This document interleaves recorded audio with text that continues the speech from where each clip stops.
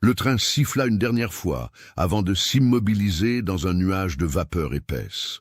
Sœur Hélène Fournier descendit sur le quai de la gare de Montpellier, serrant contre sa poitrine une petite valise en cuir usé. L'air humide de cette fin d'automne 1897 lui colla immédiatement à la peau, portant avec lui l'odeur de pierres mouillées et de feuilles pourrissantes. Le ciel, d'un gris plombé, semblait peser sur les toits de tuiles roses de la ville méridionale. Âgée de 26 ans, Hélène avait quitté le confort relatif du couvent Saint-Augustin de Lyon pour répondre à une demande urgente de l'évêché. On lui avait confié une mission délicate: enquêter discrètement sur les rumeurs troublantes entourant l'orphelinat Sainte-Lucie, situé dans les collines au nord de Montpellier. Des lettres anonymes étaient parvenues aux autorités ecclésiastiques, évoquant des pratiques douteuses, des disparitions inexpliquées et des témoignages de villageois perturbés par ce qu'ils appelaient l'étrangeté des enfants qui ne grandissent pas. Hélène n'était pas une femme impressionnable. Fille d'un médecin rural, elle avait grandi en côtoyant la maladie et la mort. Elle avait choisi la vie religieuse non par vocation mystique, mais par conviction sociale, aider les plus démunis, particulièrement les enfants abandonnés. Son esprit rationnel et son éducation scientifique, héritée de son père, faisaient d'elle la candidate idéale pour démêler le vrai du faux dans cette affaire. Un fiacre l'attendait devant la gare. Le cocher, un homme d'une cinquantaine d'années au visage tanné par le soleil, la salua d'un hochement de tête sobre. « Vous allez à Sainte-Lucie, ma sœur » demanda-t-il en chargeant sa valise. « Oui » répondit Hélène en s'installant sur la banquette de bois. Première fois, elle acquiesça. Le cocher fit claquer les rênes sans ajouter un mot, mais Hélène remarqua la crispation de sa mâchoire. Le trajet dura près d'1 heure. Ils quittèrent rapidement les rues pavées de Montpellier pour s'enfoncer dans la campagne vallonnée. Les vignobles s'étendaient à perte de vue, leurs rangs parfaitement alignés, mais déjà dépouillés de leurs feuilles par la saison. Plus ils montaient vers les collines, plus la végétation se faisait dense et sauvage. Des chênes verts et des pins parasols formaient des bosquets épais, leurs branches entremêlées créant des zones d'ombre même en plein jour. Le brouillard se leva progressivement, enveloppant le paysage d'un voile laiteux. Hélène frissonna malgré sa cape de laine. Ce n'était pas le froid qui la glaçait, mais une sensation indéfinissable, comme si l'air lui-même devenait plus lourd à mesure qu'ils approchèrent de leur destination. « Nous y sommes presque », annonça le cocher d'une voix sourde. À travers les nappes de brume, Hélène aperçut enfin les contours massifs de l'orphelinat. Le bâtiment était une ancienne demeure seigneuriale reconvertie, construite en pierre calcaire locale, qui avait pris avec le temps une teinte gris-jaune. 3 étages s'élevaient, couronnés d'un toit d'ardoise sombre. Les fenêtres, étroites et nombreuses, ressemblaient à des yeux aveugles scrutant les visiteurs. Une chapelle attenante, plus petite, complétait l'ensemble architectural. Tout autour, un mur d'enceinte de 2 mètres de haut cernait la propriété, percé d'une unique grille en fer forgé. Le fiacre s'arrêta devant cette grille. Le cocher descendit pour ouvrir, mais avant de remonter sur son siège, il se tourna vers Hélène. « Faites attention, ma sœur. Les gens du village, ils ne montent plus ici. Ils disent que ce n'est pas un endroit pour les vivants. » « Ce sont des superstitions, » répondit Hélène avec fermeté, bien que son cœur se soit accéléré. « Peut-être, » murmura l'homme, « mais j'ai vu une fillette près du mur, il y a 2 ans. Je l'ai reconnue. C'était la petite Margot Leclerc qui est arrivée ici en 1889. Elle n'a pas changé d'un pouce, pas un seul cheveu gris, pas une ride, comme si le temps s'était arrêté pour elle. » Avant qu'Hélène puisse répondre, le cocher remonta précipitamment sur son siège et fit avancer le cheval jusqu'au perron. Il déposa la valise sans descendre et repartit aussitôt, laissant la jeune religieuse seule devant la lourde porte de chêne. Hélène inspira profondément et tira la chaîne de la cloche. Un tintement grave résonna à l'intérieur. Des secondes s'écoulèrent, puis des minutes. Elle allait sonner de nouveau quand elle entendit des pas lents approcher. Des verrous grincèrent, une clé tourna, et la porte s'ouvrit enfin. Une femme d'une 60aine d'années apparut dans l'embrasure. Grande et sèche, elle portait l'habit noir strict des religieuses, mais sans voile, laissant voir des cheveux gris tirés en un chignon serré. Son visage était anguleux, presque sévère, avec des yeux d'un bleu délavé qui fixaient Hélène avec une intensité dérangeante. « Sœur Fournier, je présume, » dit-elle d'une voix nasale. « Je suis mère Augustine Valmont, directrice de cet établissement. Nous vous attendions. » Le tutoiement était absent, le ton froid. Hélène sentit immédiatement que son arrivée n'était pas la bienvenue. « Merci de m'accueillir, mère Augustine. L'évêché m'a demandé de... »« Je sais pourquoi vous êtes ici, » coupa la directrice. « Des rumeurs infondées ont inquiété nos supérieurs. Vous êtes venus constater par vous-même que tout est en ordre. Entrez. » L'intérieur de l'orphelinat était aussi austère que l'extérieur. Le hall d'entrée était vaste, au sol de pierre nue, avec un escalier monumental qui montait vers les étages. Les murs, autrefois ornés de boiseries, avaient été dépouillés jusqu'à la pierre brute. Quelques crucifix et images pieuses constituaient la seule décoration. Une odeur persistante flottait dans l'air, un mélange de cire, de soupe aux légumes et quelque chose d'autre, une senteur douceâtre que Hélène ne parvenait pas à identifier. « Vous logerez au 2e étage, dans l'aile des sœurs », expliqua mère Augustine en montant l'escalier d'un pas raide. « Nous sommes actuellement 4 religieuses pour superviser 32 orphelines. Les enfants dorment au 3e étage. Le 1er étage comprend le réfectoire, la salle d'études, la bibliothèque et les cuisines. La chapelle est accessible par le couloir est. Les horaires sont stricts, lever à 5 heures, prière, petit déjeuner, leçons jusqu'à midi, déjeuner, travaux domestiques l'après-midi, goûter, prière du soir, dîner et coucher à 8 heures. Elles atteignirent le 2e étage. Le couloir était long et sombre, éclairé seulement par quelques lampes à huile accrochées au mur. Mère Augustine ouvrit une porte étroite. « Votre chambre. C'est spartiate, mais vous n'êtes pas venu ici pour le confort. Le dîner sera servi dans 1 heure. Je vous enverrai quelqu'un pour vous guider jusqu'au réfectoire. » La directrice tourna les talons sans attendre de réponse. Hélène entra dans la petite chambre. Un lit de fer, une table de nuit, une armoire, une chaise, un crucifix au mur. Une fenêtre donnait sur la cour intérieure. Elle déposa sa valise et s'approcha de la fenêtre. En bas, dans la cour pavée, elle aperçut des fillettes. Elles étaient une 12aine, marchant en file indienne sous la surveillance d'une religieuse. Toutes portaient la même robe grise informe, leurs cheveux attachés en nattes strictes. Ce qui frappa immédiatement Hélène, ce fut leur silence absolu. Pas un rire, pas un chuchotement, pas même un bruit de pas. Elles se déplaçaient comme des ombres, leurs visages pâles levés vers le ciel gris.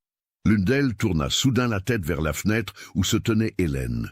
Leurs regards se croisèrent. La fillette, qui devait avoir une 10aine d'années, ne sia pas, ne sourit pas, n'eut aucune réaction. Elle fixa simplement Hélène de ses grands yeux sombres pendant plusieurs secondes, puis reprit sa marche. Un frisson parcourut l'échine de la jeune religieuse. Il y avait quelque chose dans ce regard, une absence, un vide qui lui rappela les patients les plus gravement atteints qu'elle avait vus dans l'asile où son père intervenait parfois. Mais ces fillettes n'étaient pas folles. Elles étaient éteintes. Hélène s'écarta de la fenêtre et commença à défaire sa valise. Elle sortit un petit carnet de notes et un crayon, des objets qu'elle avait dissimulés sous ses vêtements de rechange. L'évêque lui avait demandé un rapport détaillé. Elle allait documenter chaque jour, chaque observation, chaque conversation. On frappa à sa porte.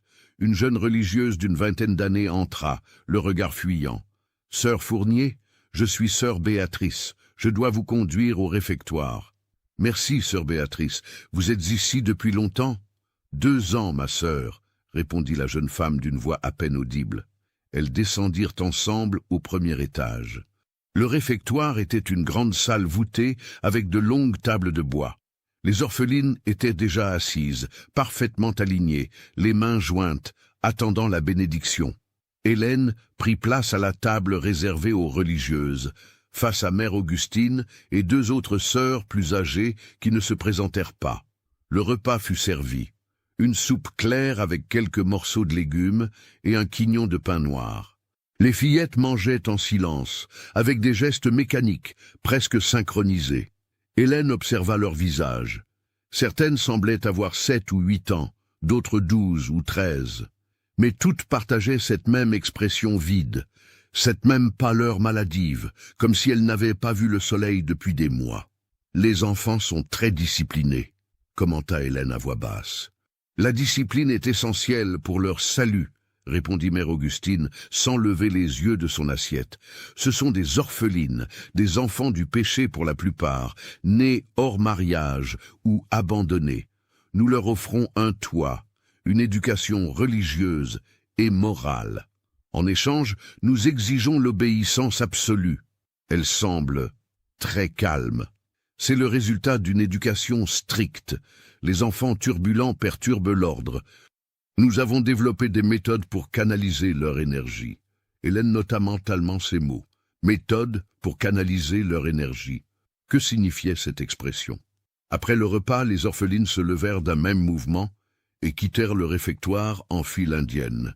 Hélène les suivit du regard jusqu'à ce qu'elles disparaissent dans l'escalier menant au 3e étage. « Elles vont se préparer pour la nuit », expliqua sœur Béatrice, qui était restée près d'elle. « Elles doivent se laver, réciter leurs prières et se coucher. » Hélène remarqua que la jeune religieuse tremblait légèrement. « Sœur Béatrice, est-ce que tout va bien ?»« Oui, ma sœur, » murmura cette dernière en évitant son regard. « Tout va comme d'habitude. » Mais le ton de sa voix disait le contraire.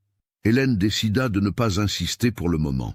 Elle regagna sa chambre, alluma la lampe à huile et sortit son carnet. « Premier jour à Sainte-Lucie », écrivit-elle. « Les enfants présentent un comportement anormal. Silence total, obéissance excessive, absence d'émotion. Mère Augustine exerce une autorité tyrannique.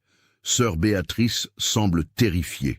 Le cocher a mentionné une fillette qui n'aurait pas vieilli depuis 8 ans, à vérifier. » Elle ferma son carnet et se prépara pour la nuit. Allongée dans l'obscurité, elle écouta les bruits de la vieille bâtisse, le vent qui sifflait dans les cheminées, les craquements du bois, et par moments ce qui ressemblait à des pas légers au-dessus d'elle, dans les dortoirs des orphelines. Puis, juste avant de sombrer dans le sommeil, elle entendit quelque chose qui la fit se redresser brusquement. Un chant, une voix enfantine, douce et claire, qui montait de quelque part dans l'obscurité. Une comptine qu'elle ne connaissait pas, dans une langue qu'elle ne comprenait pas, mais dont la mélodie évoquait quelque chose d'ancien, de primitif et de profondément troublant.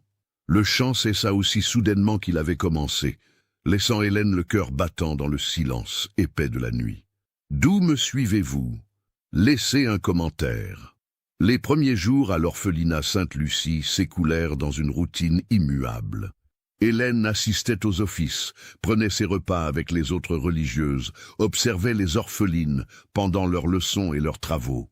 Chaque heure de chaque journée était réglementée avec une précision militaire. Aucun écart n'était toléré. Mais plus Hélène observait, plus son malaise grandissait. Les fillettes n'étaient pas seulement dociles, elles semblaient dénuées de toute personnalité. Elles répondaient aux questions par monosyllabes, ne se disputaient jamais, ne pleuraient jamais, ne riaient jamais. Lorsqu'on leur donnait une instruction, elles l'exécutaient avec une précision mécanique, comme des automates. Un matin, pendant la leçon de catéchisme, Hélène décida de tester ses observations. Elle s'approcha d'une fillette d'une dizaine d'années, aux cheveux bruns et aux yeux noisettes, qui recopiait sagement un passage de l'Évangile. « Comment t'appelles-tu » demanda Hélène avec douceur. « Émilie Roche, ma sœur, » répondit l'enfant sans lever les yeux. « Depuis combien de temps es-tu ici, Émilie ?»« Depuis que j'avais 6 ans, ma sœur. »« Tu as donc 10 ans maintenant ?»« Oui, ma sœur. »« Et tu aimes vivre ici ?»« Oui, ma sœur. » La réponse était venue trop vite, trop automatique. Hélène insista. « Tu ne t'ennuies jamais? Tu n'as jamais envie de jouer, de courir dehors ?»« Non, ma sœur. Mère Augustine dit que les jeux sont des tentations du démon. Nous devons rester sages et obéissantes. » L'enfant avait récité ces mots comme une leçon apprise par cœur, sans la moindre inflexion dans la voix. Hélène posa doucement sa main sur l'épaule de la fillette. La petite se raidit immédiatement, son corps se crispant, comme si elle s'attendait à être frappée. « N'aie pas peur, dit Hélène. Je ne vais pas te faire de mal. » Mais Émilie ne se détendit pas. Elle fixa le sol, attendant visiblement que Hélène s'éloigne. La jeune religieuse obtempéra, le cœur serré. Elle passa les jours suivants à tenter d'établir un contact avec les autres orphelines, avec le même résultat décevant. Toutes répondaient de la même manière robotique. Toutes semblaient avoir été vidées de leur substance. Hélène nota également des détails physiques troublants. Plusieurs fillettes présentaient des cernes profonds sous les yeux, comme si elles ne dormaient pas suffisamment. Leurs mains étaient souvent gercées et rougies, probablement à cause des travaux domestiques excessifs. Et surtout, leur peau avait une pâleur maladive qui ne s'expliquait pas seulement par le manque de soleil. Un après-midi, alors qu'Hélène explorait discrètement les couloirs du premier étage, elle découvrit une porte verrouillée dans l'aile ouest du bâtiment. La serrure était neuve, contrastant avec le bois ancien de la porte. « C'est l'ancienne bibliothèque », dit une voix derrière elle. Hélène se retourna. Sœur Béatrice se tenait à quelques mètres, tenant un panier de linge. « Pourquoi est-elle fermée à clé ?» demanda Hélène. « Mère Augustine a ordonné de la condamner il y a 1 an. Elle dit que les livres qui s'y trouvent sont dangereux, qu'ils contiennent des idées pernicieuses. » « Quel genre de livres ? » ?»« Je ne sais pas, ma sœur. Je n'ai jamais été autorisée à y entrer. » Sœur Béatrice baissa la voix et jeta un regard nerveux autour d'elle. Mais il paraît que c'était la bibliothèque personnelle de l'ancien propriétaire du domaine, le baron de Villeneuve. Il était connu pour s'intéresser à des sujets peu catholiques. Alchimie, médecine expérimentale, philosophie occulte. Quand le domaine a été racheté par l'Église pour en faire un orphelinat, on aurait dû brûler tous ces livres. Mais Mère Augustine a décidé de les garder. Personne ne sait pourquoi. Hélène sentit son pouls s'accélérer. Des livres sur la médecine expérimentale et l'alchimie dans un orphelinat où les enfants présentaient des comportements anormaux. Ce n'était pas une coïncidence. « Où se trouve la clé ?» demanda-t-elle. « Mère Augustine la garde sur elle en permanence. Elle ne s'en sépare jamais. » Les 2 religieuses furent interrompues par le son d'une cloche. L'heure du goûter approchait. Sœur Béatrice s'éloigna précipitamment, laissant Hélène seule devant la porte verrouillée. Cette nuit-là, Hélène eut du mal à trouver le sommeil. Son esprit tournait en boucle autour de ce qu'elle avait découvert. Elle devait entrer dans cette bibliothèque. Mais comment obtenir la clé? Forcer la serrure était hors de question. Elle serait immédiatement découverte et renvoyée. Vers minuit, alors qu'elle était encore éveillée, elle entendit de nouveau ce chant étrange qui l'avait troublée la première nuit. Cette fois, elle se leva et entr'ouvrit sa porte. Le couloir était plongé dans l'obscurité, éclairé seulement par les faibles lueurs de la lune filtrant à travers les fenêtres. Le chant venait d'en haut, du 3e étage. Hélène hésita. Devait-elle monter? Et si elle était découverte en train d'errer dans les dortoirs en pleine nuit? Mais la curiosité l'emporta sur la prudence. Elle enfila ses chaussures, prit une petite lampe à huile et se glissa dans le couloir. L'escalier menant au 3e étage craquait à chaque marche. Hélène montait lentement, retenant sa respiration. Arrivée au palier, elle s'arrêta.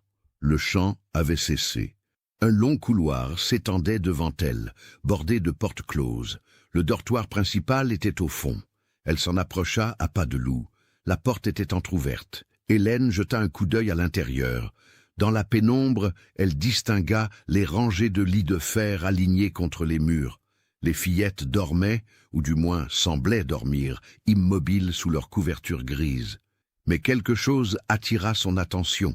Au fond du dortoir, près d'une fenêtre, une silhouette se tenait debout. C'était une fillette, plus petite que les autres, qui fixait la nuit à travers la vitre. Elle ne bougeait pas, ne se retournait pas, comme une statue. Hélène allait s'éloigner quand elle entendit un murmure. La fillette parlait, si doucement que les mots étaient presque inaudibles. Hélène tendit l'oreille. Ce n'était pas du français. Cela ressemblait à du latin, mais un latin corrompu, mélangé à autre chose, des syllabes gutturales qui ne correspondaient à aucune langue que Hélène connaissait. Soudain, la fillette tourna la tête. Dans la faible lumière lunaire, Hélène vit son visage. Des yeux immenses, trop grands pour être naturels, un teint d'une blancheur cadavérique et un sourire figé, étiré jusqu'aux oreilles, totalement dénué de joie. Hélène étouffa un cri et recula précipitamment. Son pied heurta quelque chose, et un bruit métallique résonna dans le couloir. Une porte s'ouvrit violemment. Mère Augustine apparut tenant une chandelle, son visage dur, marqué par la colère. « Que faites-vous ici, sœur Fournier » siffla-t-elle. « J'ai entendu un bruit, » balbutia Hélène. « Je voulais m'assurer que tout allait bien. Les dortoirs sont interdits la nuit. Vous n'avez aucune raison de vous trouver ici. Regagnez immédiatement votre chambre. » Le ton était sans appel. Hélène obéit, mais en redescendant l'escalier, elle sentit le regard de Mère Augustine peser sur elle, lourd de menaces et de méfiance. De retour dans sa chambre, Hélène s'assit sur son lit, tremblante. Ce qu'elle avait vu dans le dortoir dépassait tout ce qu'elle avait imaginé. Cette fillette, son visage déformé, ce sourire monstrueux. Était-ce une hallucination? Un effet de la pénombre et de son imagination? Ou avait-elle vraiment vu quelque chose d'anormal, quelque chose qui confirmait les rumeurs les plus folles? Le lendemain matin, Hélène décida de changer de tactique. Si elle ne pouvait pas accéder à la bibliothèque, peut-être pouvait-elle trouver d'autres sources d'informations. Elle se rendit à la chapelle sous prétexte de prier seule. La petite église attenante à l'orphelinat était froide et humide, éclairée seulement par quelques cierges. Derrière l'autel, une sacristie servait également de lieu de stockage pour les registres paroissiaux. Hélène fouilla discrètement les étagères. Elle trouva les registres de baptême, de mariage, de décès des villages environnants, mais aussi, dans une malle poussiéreuse, les archives de l'orphelinat depuis sa création en 1875. Elle sortit les cahiers reliés et commença à les parcourir. Les premières années étaient assez banales, liste d'arrivées d'orphelines, notes sur leur comportement, punitions administrées pour désobéissance. Mais à partir de 1890, les entrées devinrent plus étranges. Plusieurs fillettes étaient mentionnées comme ayant été transférées à l'infirmerie pour traitement prolongé. Certaines n'en ressortaient jamais. D'autres réapparaissaient dans les listes, mais avec des annotations cryptiques. Amélioration notable, pacification réussie, sujet réceptif. Hélène nota les noms. Margot Leclerc, arrivée en 1889. Transférée à l'infirmerie en 1891. Sophie Arnaud, arrivée en 1888, même traitement. Jeanne Blanchard, Lucie Fontaine, Marie-Louise Garnier. Au total, une quinzaine de fillettes avaient subi ce mystérieux traitement. Et toutes étaient encore mentionnées dans les listes d'appels de 1897. Hélène referma brusquement le registre. Si ces fillettes étaient arrivées à l'orphelinat entre 6 et 8 ans, dans les années 1888-1891, elles devaient maintenant avoir entre 15 et 18 ans. Pourtant, toutes les orphelines qu'elle avait vues semblaient avoir moins de 13 ans. Le cocher avait raison. Certaines de ces enfants ne vieillissaient pas. Mais comment était-ce possible? Quelle était cette infirmerie mentionnée dans les registres? Et surtout, quel était ce traitement qui transformait des fillettes turbulentes en automates dociles? Hélène cacha les registres et quitta la chapelle. Elle devait absolument entrer dans cette bibliothèque verrouillée. C'était là que se trouvaient les réponses. Elle en était convaincue. Le soir même, alors qu'elle se rendait au réfectoire pour le dîner, elle croisa sœur Béatrice dans le couloir. La jeune religieuse avait les yeux rougis, comme si elle avait pleuré.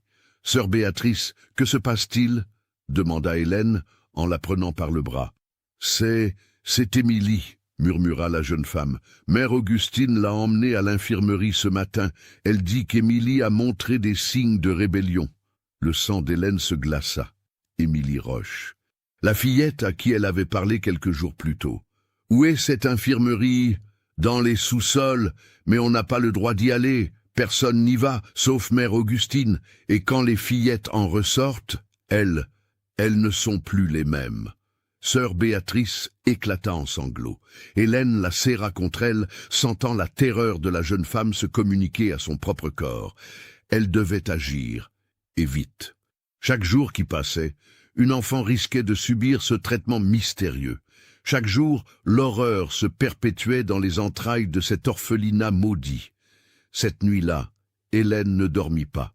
Elle attendit que l'orphelinat soit plongé dans le silence, puis elle se glissa hors de sa chambre. Elle avait pris une décision. Elle allait explorer les sous-sols, quitte à désobéir aux ordres de Mère Augustine. L'infirmerie était là-bas. Les réponses étaient là-bas.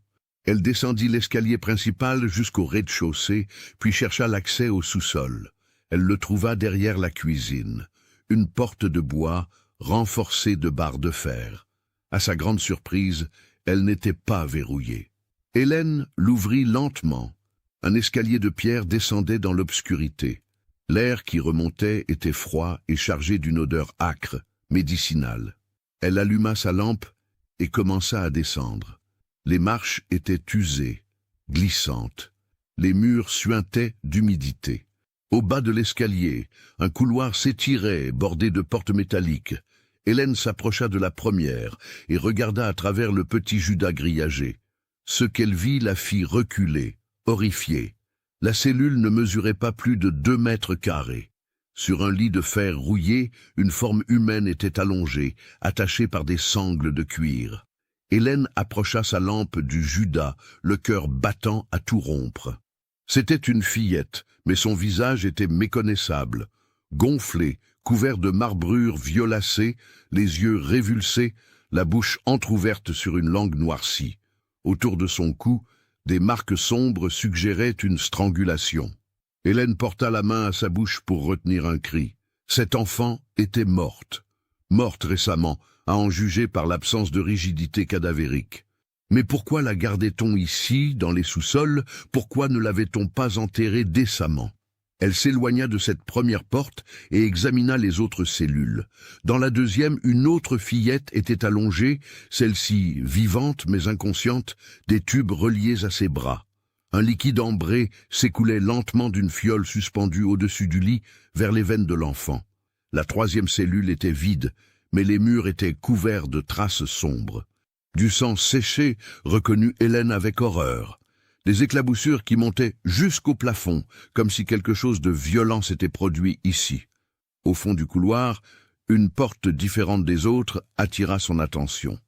Plus grande, en bois sculpté, elle semblait incongrue dans cet environnement sordide. Hélène s'en approcha et tourna la poignée. À sa surprise, la porte s'ouvrit. La pièce derrière était vaste, aménagée en laboratoire. Des étagères couvraient des murs, chargés de fioles, de bocaux contenant des substances étranges, de livres anciens aux reliures fatiguées. Au centre, une grande table de dissection en marbre blanc était installée, couverte de taches brunâtres. Des instruments chirurgicaux étaient disposés sur un plateau à côté, scalpels, pinces, seringues et d'autres outils dont Hélène ne connaissait pas l'usage. Elle s'avança, fascinée et révulsée. Sur un bureau, dans un coin de la pièce, elle aperçut des cahiers ouverts. Elle s'en approcha et commença à lire. C'était un journal. L'écriture était serrée, presque frénétique. Les premières pages dataient de 1888 et portèrent la signature du baron Édouard de Villeneuve, l'ancien propriétaire du domaine. 15 mars 1888. Mes recherches progressent. J'ai découvert dans les textes de Paracels une référence à ce que les alchimistes médiévaux appelaient l'élixir de perpétuelle jeunesse. Non pas l'immortalité, ce qui serait une abomination contre Dieu, mais la suspension du processus de vieillissement.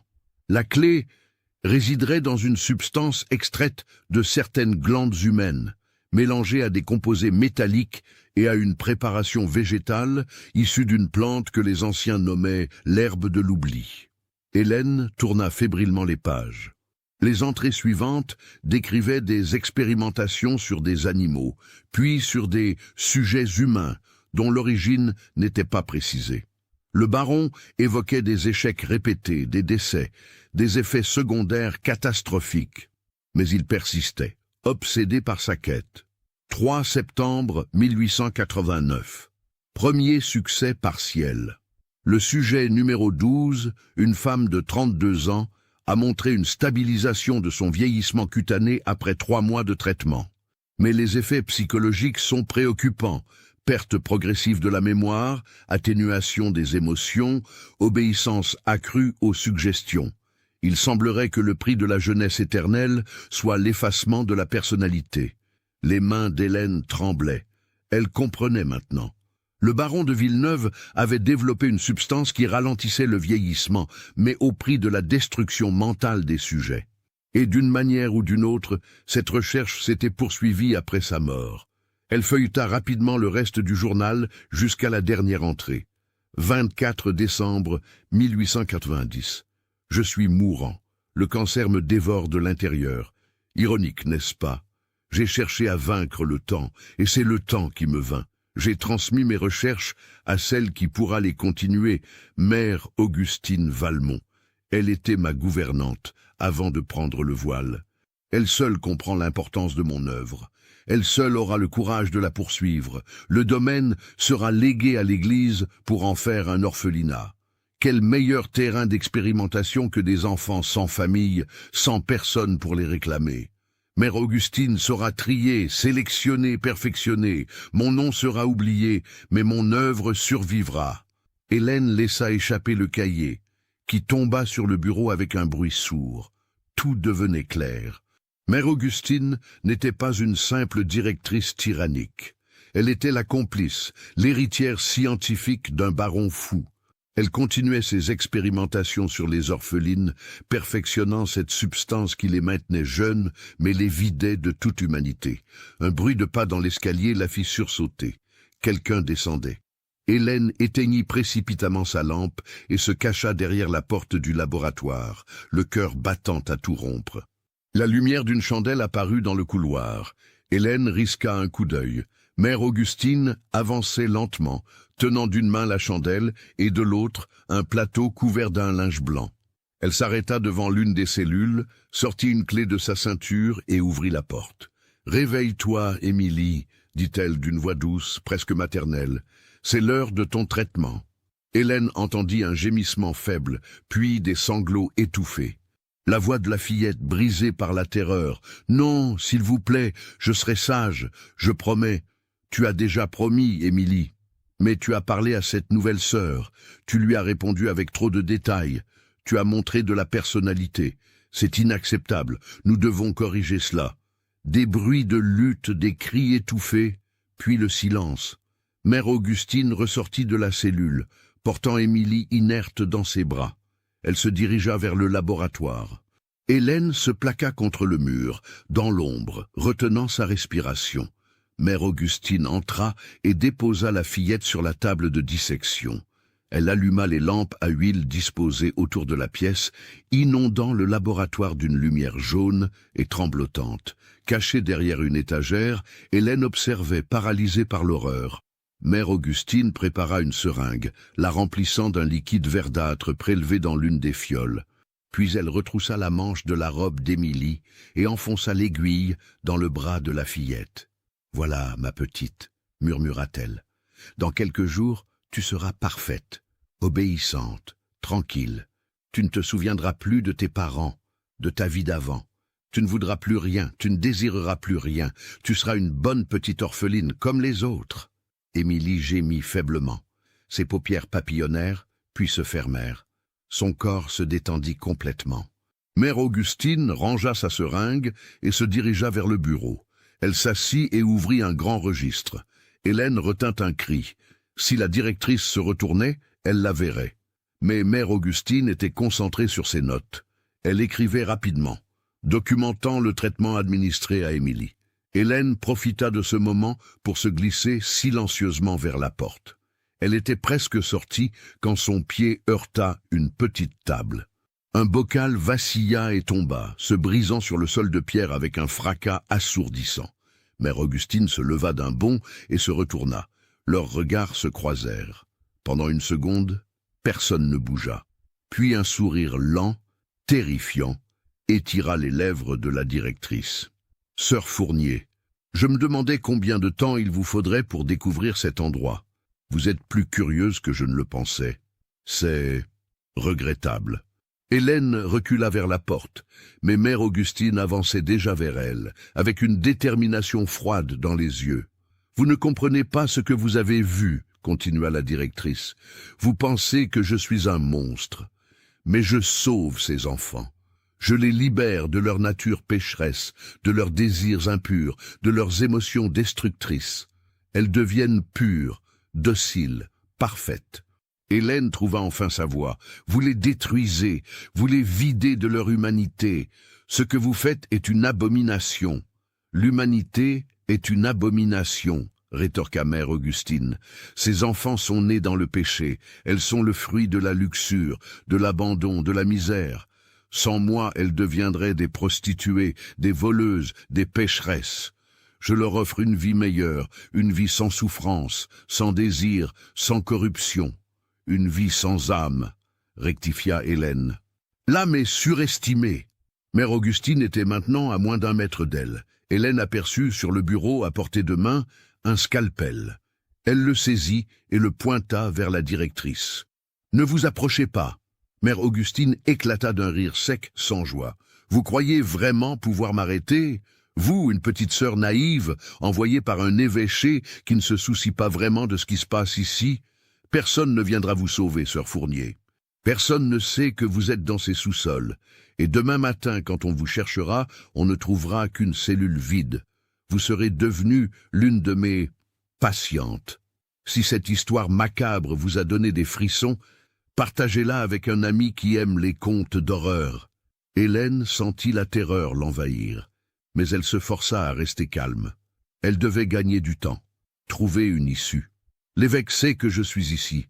Si je disparais, il enverra des enquêteurs. »« Oh, il en a déjà envoyé, » répondit Mère Augustine avec un sourire cruel. « 2, avant vous, ils ont eu des accidents regrettables. L'un est tombé dans l'escalier, l'autre a été pris d'une fièvre soudaine. Ces choses arrivent, dans un endroit aussi isolé. Vous comprenez, j'en suis sûr. » Hélène comprit alors l'ampleur de l'horreur. Mère Augustine avait assassiné les enquêteurs précédents. Elle était prête à tuer pour protéger son secret monstrueux. Dans un éclair de lucidité désespérée, Hélène renversa l'une des lampes à huile. Le liquide inflammable se répandit sur le bureau, s'enflammant immédiatement.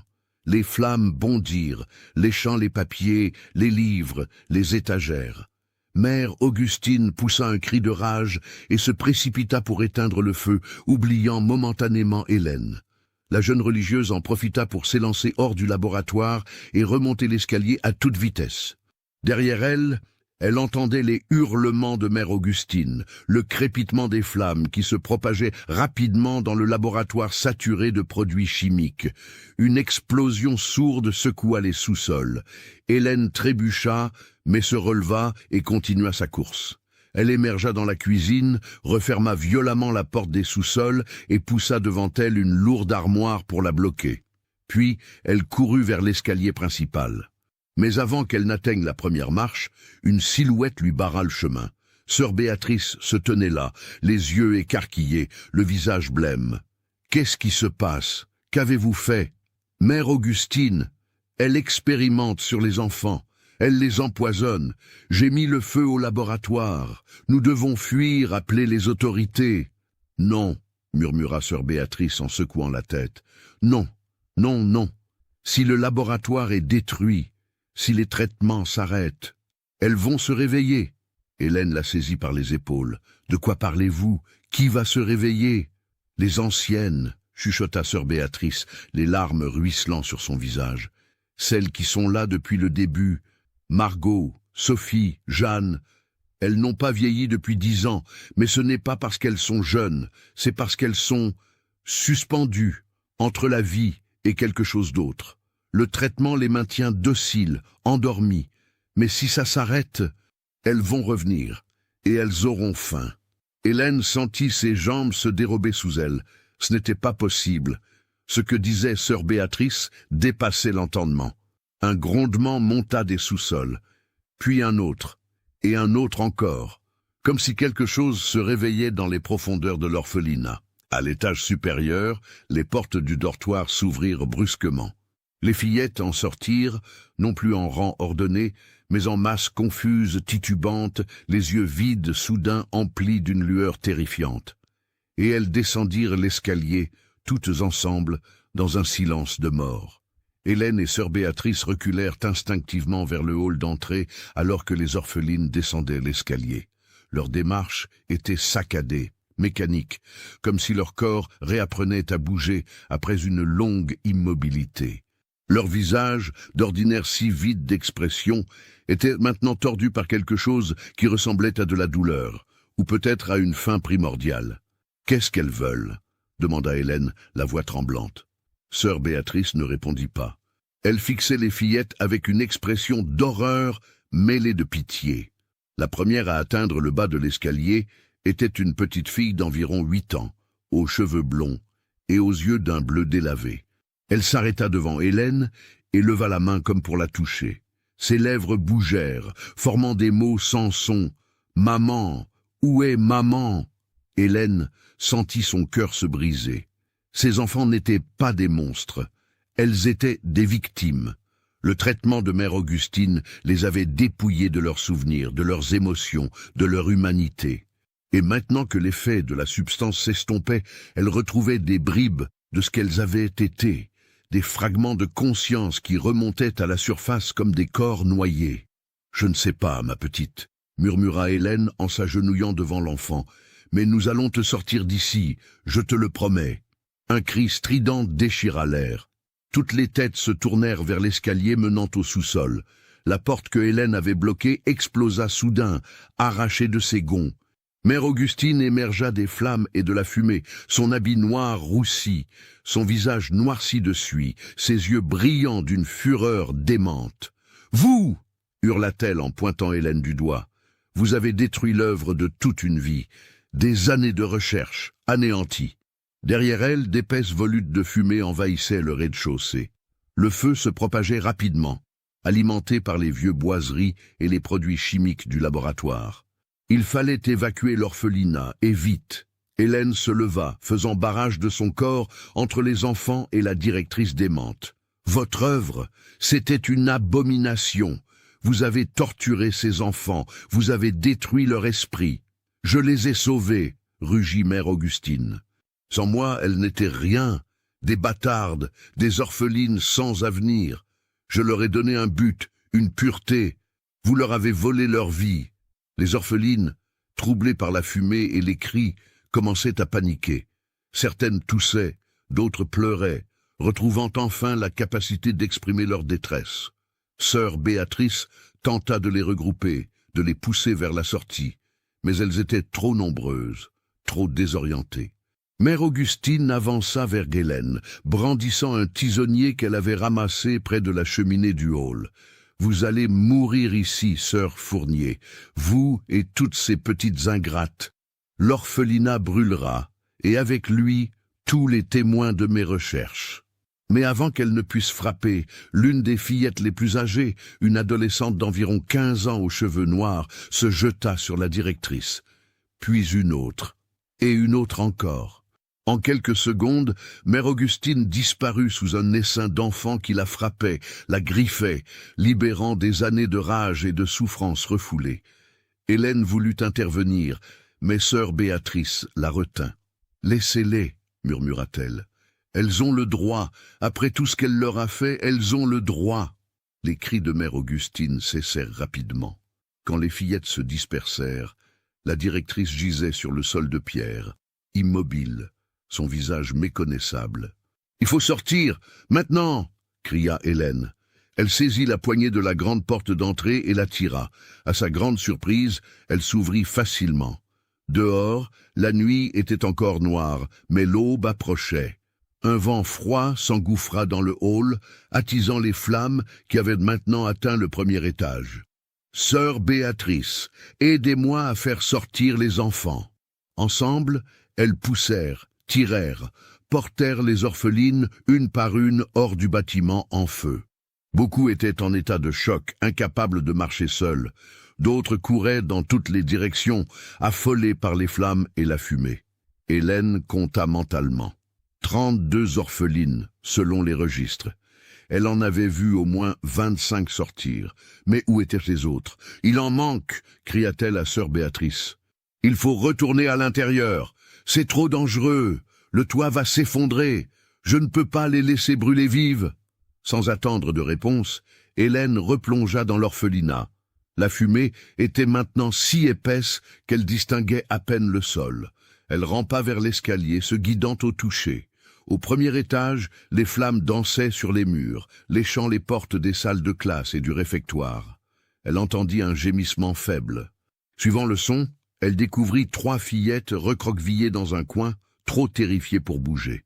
Elle les saisit, en portant 2 sous ses bras et en tirant la 3e par la main, et redescendit l'escalier en titubant. Un craquement sinistre résonna au-dessus d'elle. Une poutre enflammée se détacha du plafond et s'écrasa à quelques centimètres de son passage. Hélène sentit la chaleur intense lui brûler la peau, mais elle continua, guidée par l'instinct de survie et la détermination de sauver ses enfants. Elle atteignit enfin la porte et s'effondra sur l'herbe humide de la cour, toussant violemment. Les 3 fillettes qu'elle avait sauvées s'agrippèrent à elle en pleurant. Sœur Béatrice accourut et l'aida à se relever. « Elles sont toutes sorties ?» demanda Hélène entre 2 quintes de toux. « Je crois que oui. J'ai compté. Il y en a 28. Les registres en mentionnaient 32. Les 4 autres, elles étaient déjà mortes, dans les cellules des sous-sols. Vous les avez vues ?» Hélène hocha la tête, le cœur lourd. Au moins 28 avaient survécu. C'était déjà ça. Elles regardèrent l'orphelinat brûler. Les flammes s'élevaient maintenant vers le ciel, illuminant la nuit d'une lueur orange et rouge. La chaleur était si intense qu'elles durent reculer jusqu'à la grille d'entrée. Les orphelines, regroupées autour d'elles, observaient silencieusement la destruction du lieu qui avait été leur prison. Certaines pleuraient, d'autres affichaient une expression vide, encore sous le choc. Quelques-unes, les plus âgées, semblaient presque soulagées. Alors que le soleil commençait à pointer à l'horizon, Hélène entendit des bruits de sabots et des voix. Une voiture tirée par 2 chevaux apparut sur le chemin, suivie d'un groupe d'hommes à pied. C'étaient des villageois de Montpellier, alertés par les lueurs de l'incendie. « Que s'est-il passé ici ?» demanda l'un d'eux, un homme d'une 40aine d'années au visage buriné. Hélène inspira profondément. L'orphelinat a pris feu. Mère Augustine est morte. Ses enfants ont besoin d'aide. Elles ont besoin d'un médecin, de nourriture, de vêtements, et elles ont besoin de famille. L'homme regarda les fillettes, puis les ruines fumantes de Sainte-Lucie. « On va s'occuper d'elles, » promit-il. « Montez dans la charrette, on vous ramène au village. » Le trajet jusqu'à Montpellier se fit en silence. Les orphelines, épuisées, s'étaient endormies les unes contre les autres dans la charrette. Sœur Béatrice tenait la main d'Hélène, les larmes coulant silencieusement sur ses joues. « Qu'est-ce qui va leur arriver ?» murmura-t-elle. « Elles ont subi tant de choses. Est-ce qu'elles pourront un jour redevenir normales ? Je ne sais pas. » répondit Hélène avec honnêteté, « mais nous allons tout faire pour les aider. Elles méritent une seconde chance, une vraie vie. » Arrivées à Montpellier, les orphelines furent accueillies par les sœurs de l'hôpital général. Un médecin les examina une par une. Ses conclusions furent alarmantes. Toutes présentaient des signes de malnutrition chronique, des traces de coups anciens et surtout des niveaux anormaux de certaines substances dans leur sang. Il faudrait des semaines, peut-être des mois, pour purger leur organisme des drogues que Mère Augustine leur avait administrées. Hélène passa les jours suivants à rédiger son rapport pour l'évêché. Elle y consigna tout ce qu'elle avait découvert, les expérimentations du baron de Villeneuve, la complicité de Mère Augustine, les traitements inhumains infligés aux orphelines, les décès dissimulés.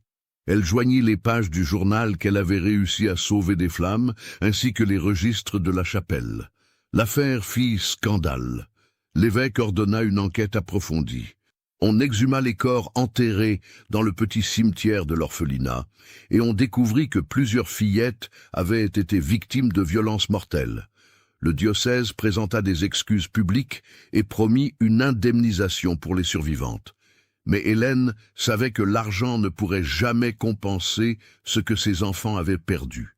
Leur enfance, leur innocence, leurs souvenirs.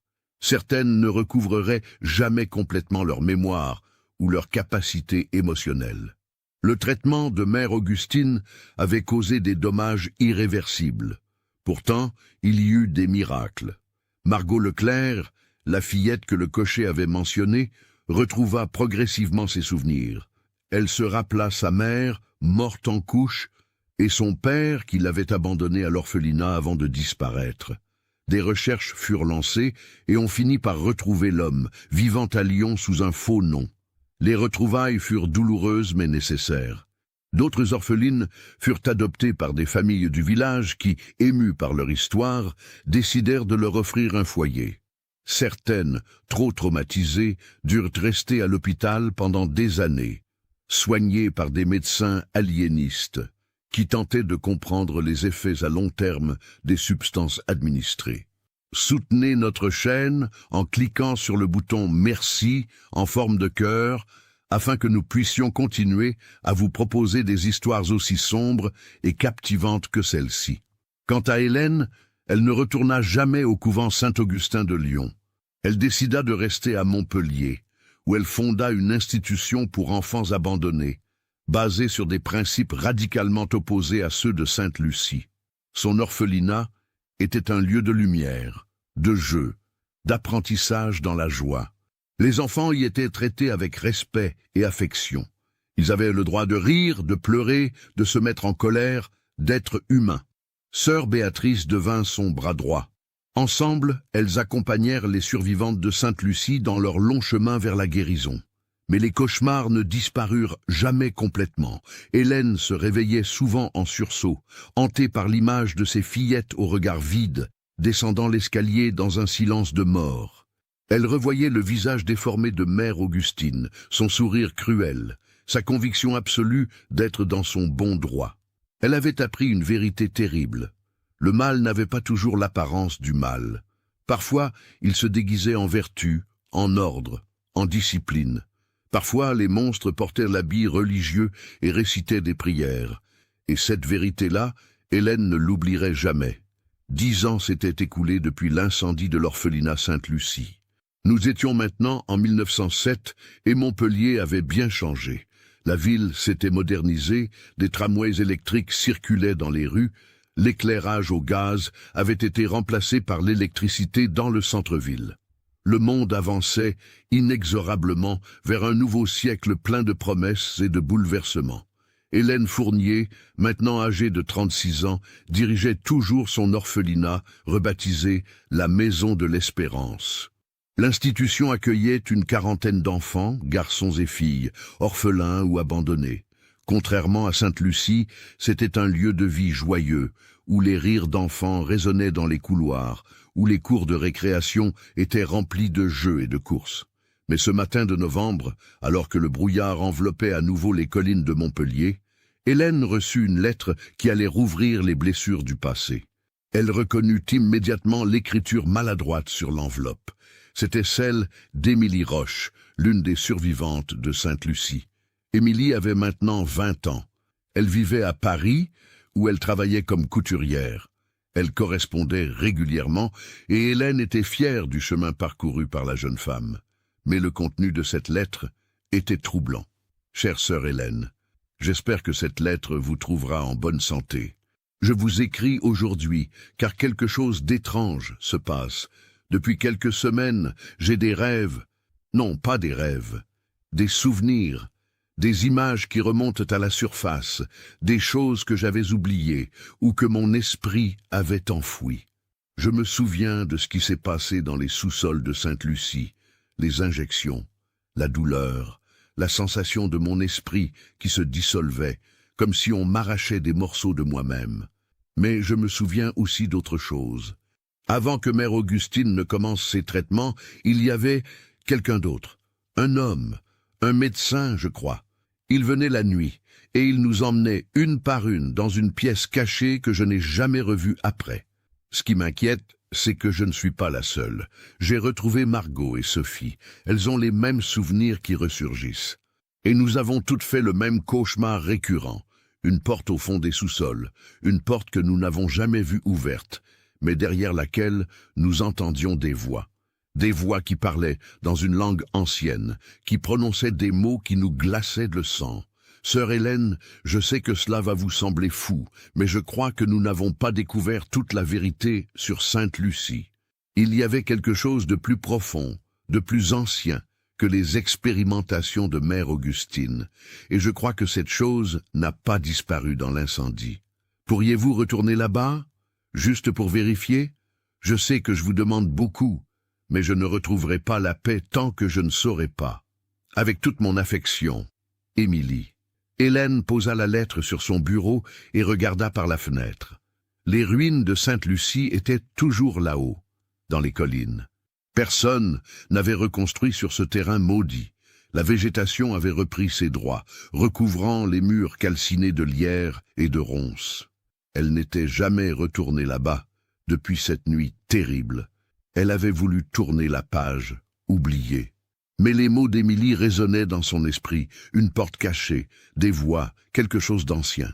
Ce soir-là, Hélène convoqua sœur Béatrice dans son bureau. « J'ai reçu une lettre d'Émilie, dit-elle en lui tendant la missive. Lisse. » Sœur Béatrice parcourut la lettre, son visage devenant de plus en plus pâle. « Vous ne comptez pas retourner là-bas?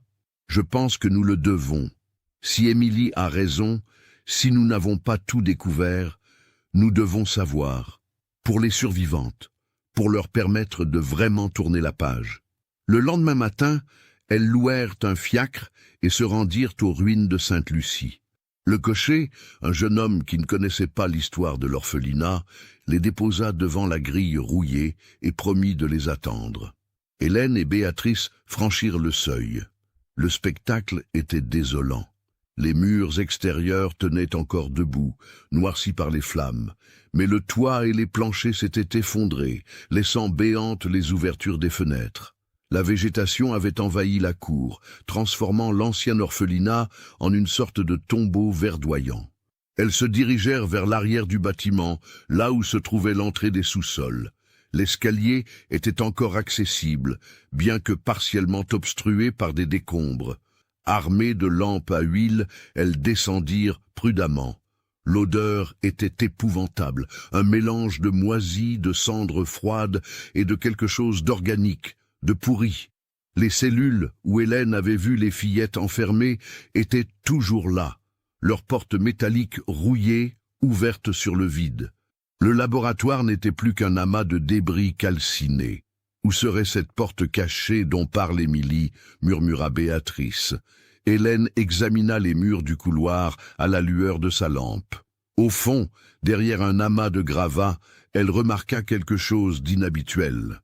Une portion de mur qui semblait plus récente que le reste, construite avec des pierres d'une couleur légèrement différente. « Aide-moi à dégager ça, » dit-elle. Ensemble, elles poussèrent et tirèrent les décombres. Après une demi-heure d'effort, elles révélèrent ce que le mur dissimulait. Une porte de bois massif, étrangement intacte malgré l'incendie. Sur sa surface étaient gravés des symboles que Hélène ne reconnut pas. Pas des symboles chrétiens, ni même des lettres d'un alphabet connu. C'était quelque chose de plus primitif, de plus troublant. « Nous ne devrions pas ouvrir cette porte, » murmura Béatrice, la voix tremblante. « Nous sommes venus jusqu'ici. Nous devons savoir. » Hélène posa la main sur la poignée de fer. À sa surprise, la porte s'ouvrit facilement, comme si elle avait été récemment huilée. Derrière, un escalier descendait encore plus profondément dans les entrailles de la colline. L'air qui remontait était glacé, chargé d'une humidité oppressante. Hélène et Béatrice échangèrent un regard, puis commencèrent à descendre. L'escalier était taillé directement dans la roche. Les marches étaient inégales, usées par des siècles de passage. Au bout d'une cinquantaine de marches, elles débouchèrent dans une vaste salle souterraine. Ce qu'elles découvrirent les laissa sans voix. La salle était une chapelle. mais pas une chapelle chrétienne. Les murs étaient couverts de fresques anciennes représentant des scènes troublantes, des processions d'enfants menées vers un autel, des figures encapuchonnées accomplissant des rites, et au centre de chaque fresque, une entité sans visage, une forme humanoïde aux proportions distordues. Au centre de la salle se dressait un autel de pierre noire.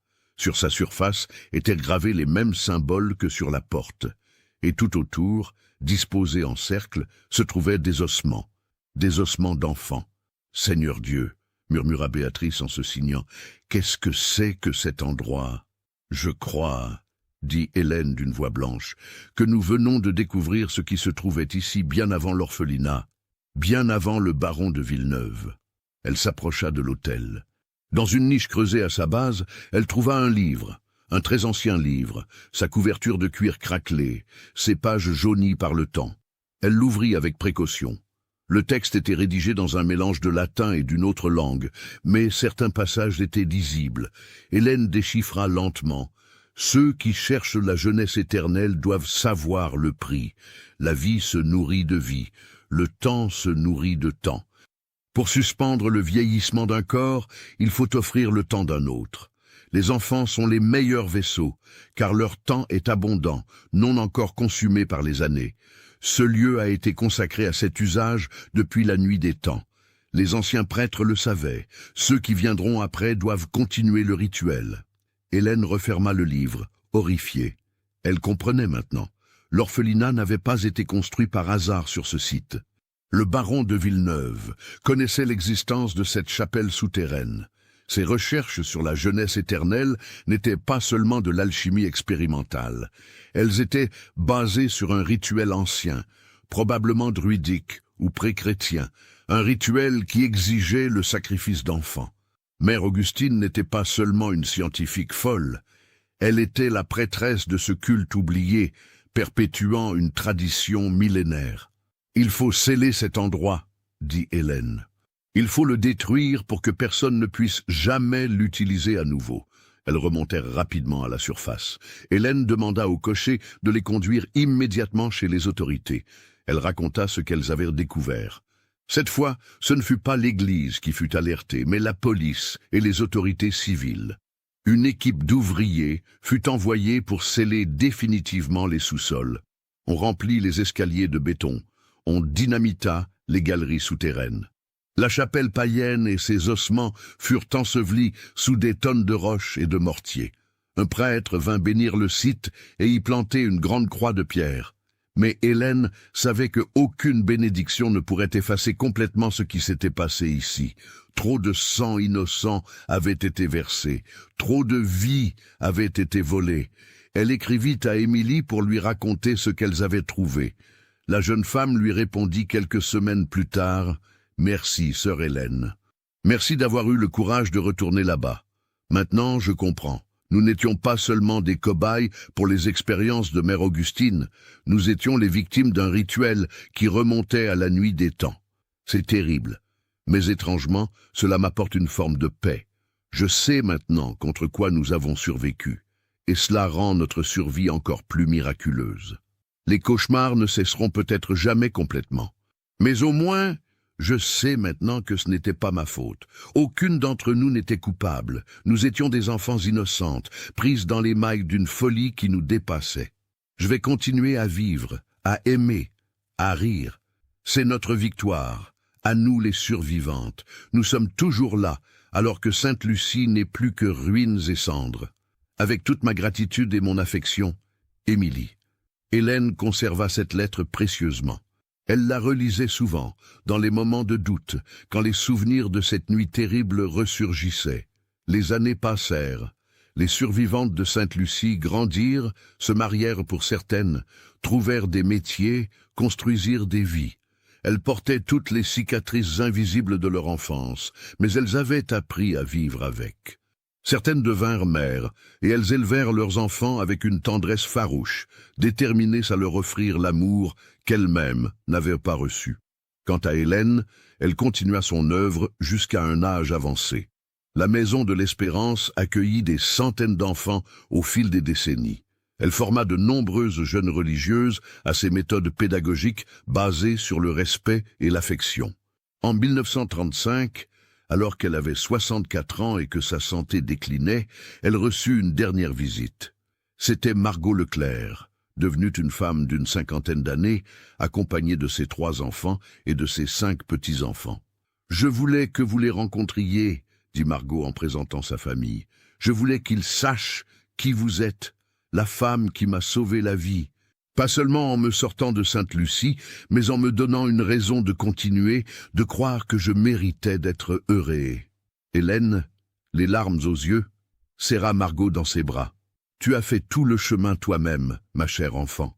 Je n'ai fait que te montrer la porte. C'est toi qui as eu le courage de la franchir. » Ce soir-là, après le départ de Margot et de sa famille, Hélène s'assit à son bureau et ouvrit son vieux carnet de notes, celui qu'elle avait emporté à Sainte-Lucie tant d'années auparavant. Sur la dernière page, elle écrivit « 48 ans se sont écoulés depuis cette nuit terrible. Je suis une vieille femme maintenant, et ma vie touche à sa fin. Mais je pars en paix, sachant que les enfants de Sainte-Lucie ont survécu, elles ont vaincu l'horreur. Elles ont repris possession de leur vie. Il reste une question qui me hante encore. Combien d'autres endroits comme Sainte-Lucie existent-ils dans le monde? Combien d'autres enfants souffrent en silence, victimes de la folie d'adultes qui se croient investis d'une mission divine ou scientifique? Je ne peux pas sauver tous les enfants du monde, mais j'ai sauvé ceux-là. Et cela, personne ne pourra jamais me l'enlever. Mon seul regret est de n'avoir pas pu découvrir la vérité plus tôt. Combien de fillettes aurais-je pu épargner si j'étais arrivé quelques années plus tôt? Cette question restera sans réponse, et ce fardeau, je le porterai jusqu'à mon dernier souffle. Mais je veux croire que même dans les ténèbres les plus profondes, il y a toujours une lumière, une flamme minuscule, fragile, mais inextinguible. Cette flamme, c'est l'espoir. L'espoir que demain sera meilleur qu'hier. L'espoir que l'humanité peut apprendre de ses erreurs. L'espoir que les enfants, tous les enfants, pourront un jour grandir en sécurité, aimer et respecter.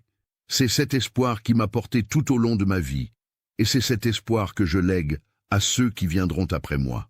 Hélène Fournier mourut paisiblement dans son sommeil quelques semaines plus tard, entourée des sœurs de sa communauté et de plusieurs anciennes orphelines venues lui rendre un dernier hommage. À ses funérailles, Margot prononça un éloge émouvant. Sœur Hélène nous a appris que notre valeur ne dépendait pas de notre naissance, de notre nom de famille ou de notre statut social. Elle nous a appris que chaque vie humaine est précieuse, que chaque enfant mérite d'être aimé et protégé. Dans un monde qui nous avait rejetés, elle nous a tendu la main, et cette main, nous l'avons saisie pour nous reconstruire. Aujourd'hui, nous sommes des dizaines ici, toutes anciennes orphelines passées par la maison de l'espérance. Nous sommes mères, grand-mères, travailleuses, citoyennes. Nous existons, et c'est grâce à elles. L'histoire de Sainte-Lucie est une histoire d'horreur, mais c'est aussi une histoire de résilience, de courage et d'amour. Sœur Hélène nous a montré que même après avoir traversé l'enfer, il est possible de retrouver la lumière. Au revoir, sœur Hélène, et merci. Merci pour tout. Les ruines de l'orphelinat Sainte-Lucie restèrent là-haut, dans les collines de Montpellier, comme un rappel silencieux des horreurs du passé. Avec le temps, elles furent complètement recouvertes par la végétation. Les habitants de la région évitèrent toujours cet endroit, sentant instinctivement qu'il portait en lui quelque chose de maudit. Mais parfois, lors des nuits brumeuses d'automne, les rares promeneurs qui s'aventuraient près des ruines juraient entendre des voix d'enfants, des chants étranges dans une langue oubliée, portés par le vent depuis les profondeurs de la terre. Étaient-ce les âmes des fillettes sacrifiées au cours des siècles, ou simplement le vent jouant dans les pierres effondrées? Personne ne le savait avec certitude. Ce qui était certain, c'était que l'histoire de Sainte-Lucie ne serait jamais totalement oubliée. Elle vivrait dans la mémoire collective de Montpellier, transmise de génération en génération, comme un conte moral, le récit d'un lieu où l'innocence fut sacrifiée sur l'autel de la folie, mais où la lumière finit par triompher des ténèbres. Et cette histoire rappelait à tous une vérité essentielle, que la vigilance est le prix de la protection des plus vulnérables. Que l'autorité sans contrôle peut mener aux pires abus. Et que parfois, il faut avoir le courage de regarder l'horreur en face pour pouvoir la combattre. Qu'avez-vous pensé de l'histoire? Laissez votre commentaire ci-dessous et partagez vos réflexions sur ce cas terrifiant. Envie d'autres histoires d'horreur mêlant histoire et mystère? Abonnez-vous, activez la cloche de notification et partagez avec ceux qui aiment le côté obscur de l'humanité. À bientôt pour le prochain cauchemar. En 1972, lors de travaux de modernisation dans les collines de Montpellier, des ouvriers découvrirent par hasard les vestiges scellés des sous-sols de Sainte-Lucie. Les autorités décidèrent de mener des fouilles archéologiques approfondies. Ce qu'on y trouva confirma les pires suspicions. Les restes de plus de 50 enfants datant de différentes époques. Les plus anciens remontaient au Moyen Âge, les plus récents au XIXe siècle. Tous présentaient des signes de malnutrition sévère et de mauvais traitements.